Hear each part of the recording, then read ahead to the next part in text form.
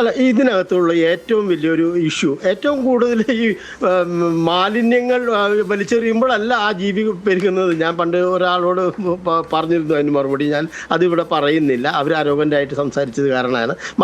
ഭക്ഷണം കഴിച്ച് കഴിയുമ്പോഴത്തേക്ക് നിങ്ങളുടെ എണ്ണം കൂടുമൊന്നുമില്ല. അതായത് സ്കാവഞ്ചറാണ് ഇപ്പോൾ നിലവിൽ ഈ തെരുവുനായകൾ എന്ന് പറയുന്നത്. എപ്പോഴും ഒരു സ്കാവഞ്ചറാണ്, അതായത് സിറ്റി ക്ലീൻ ചെയ്തുകൊണ്ടിരിക്കുന്ന ഒരു ജീവിയാണത്. അതുകൊണ്ട് അവർക്ക് പ്രത്യുൽപാദനം കൂടില്ല. ഭക്ഷണം കഴിച്ച് കഴിഞ്ഞാൽ പ്രത്യുൽപാദനം അല്ല കൂടുക.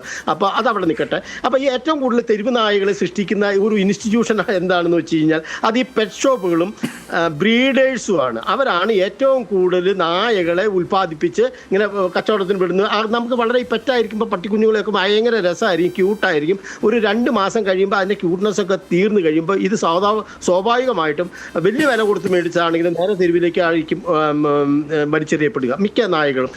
അങ്ങനെ ഈ നല്ല നായകൾ വരുമ്പോൾ പഴയ നായകളെ എടുത്ത് തെരുവിലേക്ക് ഇടും. അങ്ങനെയുള്ളൊരു സ്ഥിരമായിട്ടുള്ള സ്ഥിതിവിശേഷം. ഇപ്പം നിങ്ങൾക്ക് റോഡിലേക്ക് നോക്കിക്കഴിയുമ്പോൾ ഇവിടെ എല്ലാം ബ്രീഡ് ഡോഗ്സാണ് കിടക്കുന്നത്. അതിനകത്ത് നല്ലതിനൊക്കെ ചിലരൊക്കെ വീണ്ടും പറക്കി എടുത്തു കൊണ്ടുപോയി ചെറിയ ചെറിയ രോഗങ്ങളുള്ളതിനെ ചികിത്സിച്ചിട്ട് വീണ്ടും വിൽപ്പന നടത്തുന്ന വലിയൊരു സംഘം തന്നെ ഇവിടെ ഉണ്ട്. അപ്പോൾ ഈ തെരുവ് നായകളെ ഏറ്റവും കൂടുതൽ ഉൽപ്പാദിപ്പിച്ച് വിടുന്ന ഈ ബ്രീഡേഴ്സ് എന്നവരെ എന്തുകൊണ്ട് ഈ കോടതികൾ നിരോധിക്കുന്നില്ല?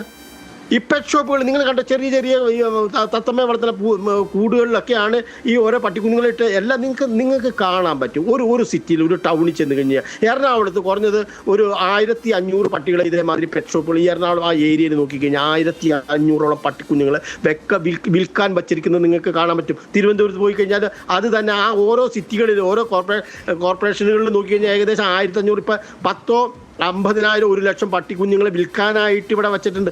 എന്തുകൊണ്ട് ഇവരെ നിരോധിക്കുന്നില്ല? ഇതിങ്ങനെ മാക്സിമം ഇങ്ങനെ ബ്രീഡേഴ്സിനെ പ്രോത്സാഹിപ്പിച്ചുകൊണ്ടിരിക്കും, പെറ്റ് ഷോപ്പുകൾ പ്രോത്സാഹിപ്പിച്ചുകൊണ്ടിരിക്കും.